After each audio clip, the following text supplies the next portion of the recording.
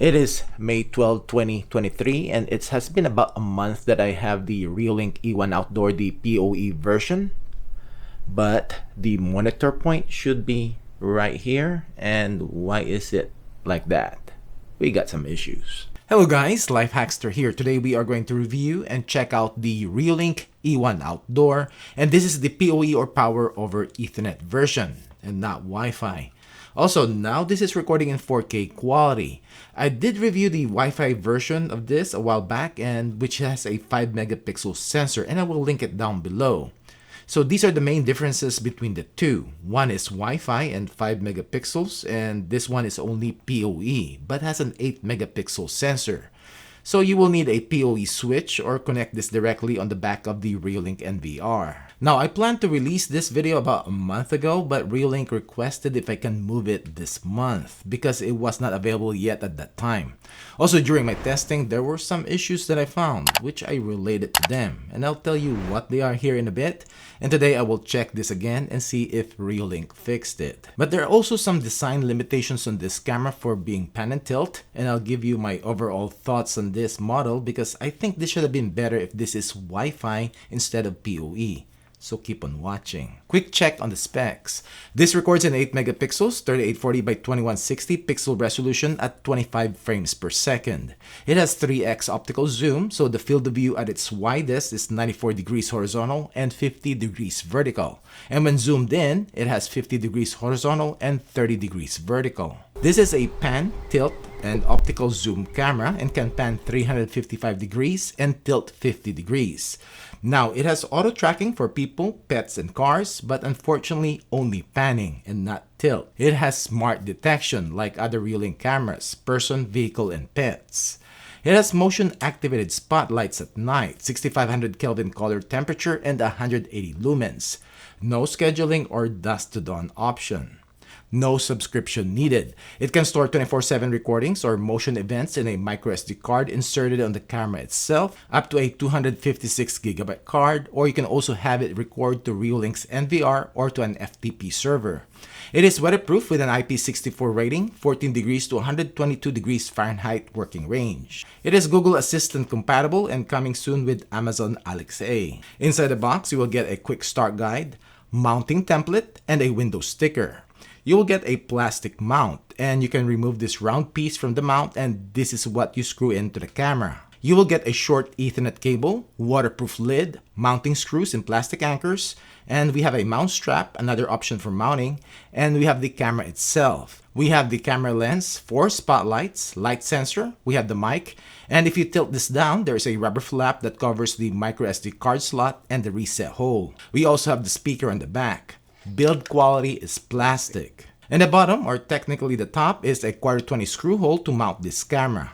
As to wiring, we have an Ethernet port for PoE, power over Ethernet using an injector or a switch, or directly to your router, which then you will need a separate power supply, 12 volts DC, and plug it here. Time to install this. First, let's insert a microSD card, then screw in the mount using the 2 included screws. I do have the Ethernet cable here, but wiring and planning where to route the cable is one thing that you need to consider. I'm going to screw in the mount adapter to the 1/4-20 screw hole on the camera, and I'm going to use a PoE switch, so I'll just be plugging in the Ethernet cable. Tuck the wires inside my wall and put in the camera to the mount, turn clockwise, and lock it in place. Open up the Reolink app and make sure your phone is connected to your Wi-Fi network. And if you toggle to on add devices automatically in the app settings, then just scroll down in your camera's list and you will see an uninitialized device. Click on it. Type in a device password, name your device, and format the card, and setup is finished. Let's check some settings in the app. When you open up the app, you will see the snapshot of the camera. Click on it to get to live view, which loads up decently quick. In here, you can listen in, take a snapshot, or record the live view. And you can change the video quality of the live view, and you can have clear, which is the full resolution. We have balanced, and fluent is the lowest. And I keep this in balance or even fluent so that the live view will load up quicker and the camera will be more responsive. Now, this is only for live streaming on your phone, which you really don't need the full 4K quality. And don't confuse this for the recordings because the camera is always recording in the full 4K resolution. On top right here, you can manually sound the siren. turn on the spotlights, and on the bottom you can start two-way talk, which is full duplex. And we have PTZ controls where you can manually pan and tilt the camera. You can also manually zoom in up to 3x. And we have the monitor point, and you can set the home position of the camera, and you can set the time in seconds when it will return to the home position. And we have preset points, and this is where you can save positions that you want and just tap it and the camera will automatically go to that position, and that includes zooming in. We have playback, and this is where you can sort out the recorded events, like you just want to view person detected events, and this is also where you can download the footage. And for full resolution, make sure it is in clear mode. Click the gear icon for the camera settings, and I'll just show you the video quality. And Reolink cameras have two streams. The clear, which is full 4K resolution with a max frame rate of 25 FPS, and it has fluent, which is the substream, and this is used when you are in live view on the screen on your phone, which you really don't need the full resolution, and it helps with the camera's responsiveness, especially if your phone's connection is not that great. And we also have the frame rate mode where you can lock in the frame rate of the camera, or choose auto or gradual, which the frame rate will or can change. You also get the usual settings like detection alarm, detection zones, adjust the motion sensitivity, and has separate settings for person, cars, and pets. We have auto tracking, on or off, and you can set which you want to track: person, vehicle, pets, or all of them. Tracking method is only panning, no tilt. It also tracking range where you can limit how far the camera will pan, and you can schedule the tracking if you want. Lastly, I'll just show you on the spotlights, the only setting is off or auto. No schedule or dusk to dawn. Time to do some testing.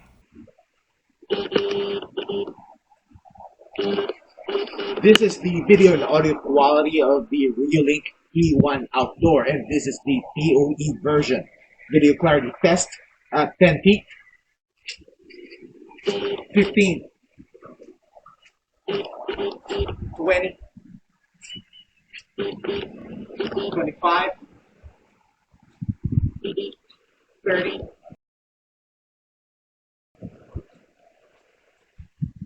35, 40, 45, 50. Test.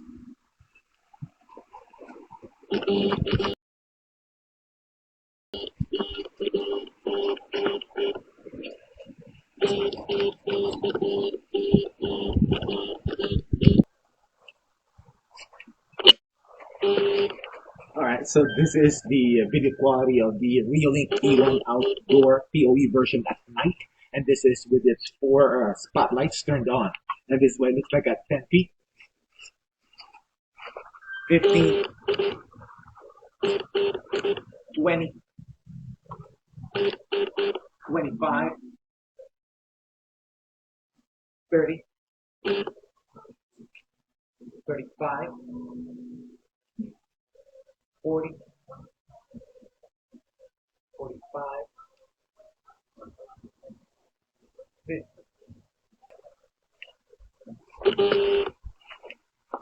So this is the video quality of the Reolink E1 Outdoor, the PoE version at night, and this has 12 infrared LEDs, and the spotlight's turned off, and this is what it looks like at 10 feet, 15, 20, 25, 30, 35, 40, 45, 50. When I initially tested this a month ago, when the auto tracking is on, this is how long you will get the notification. A little bit delayed. That's a long of a delay there. All right, there's no rich notification, and when you click and hold, you'll get to live view, and it does load up. The live view loads up pretty quick. And now this is the notification speed. It is May 10th, and we will see if the Notification speed of the Reolink E1 Outdoor, the PoE version, is improved from the last time I tested it about, what, 3 weeks ago. And I did report this to Reolink. So we'll see what the notification speed is. Yep, tracking on. Oh yeah, definitely better. Cool. Live view, and I'm on my LTE connection. And live view loads up decently quick. We are going to test the maximum detection distance of the Reolink E1 Outdoor, the PoE version, and I've set the motion sensitivity to the highest and also person detection only. So let's check it out at 50 feet. All right, I got detected at 50 feet. Cool. Coming out from the Reolink E1 Outdoor PoE version. This is the audio quality coming out from the Reolink E1 Outdoor PoE version.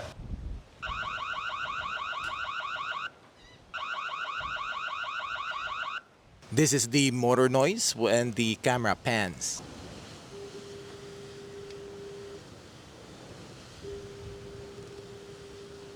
And this is the motor noise when the camera tilts.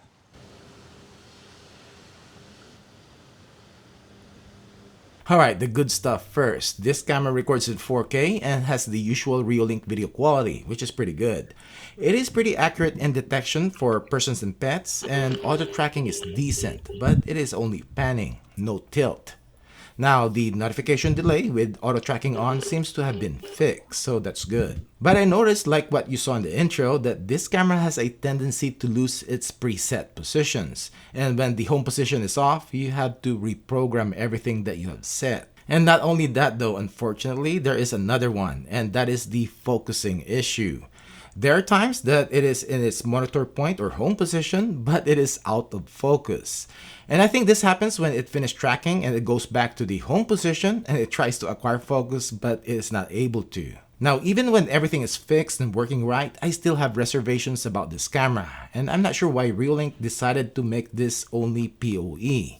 Because they already have two models, the TrackMix PoE and the RLC 823A.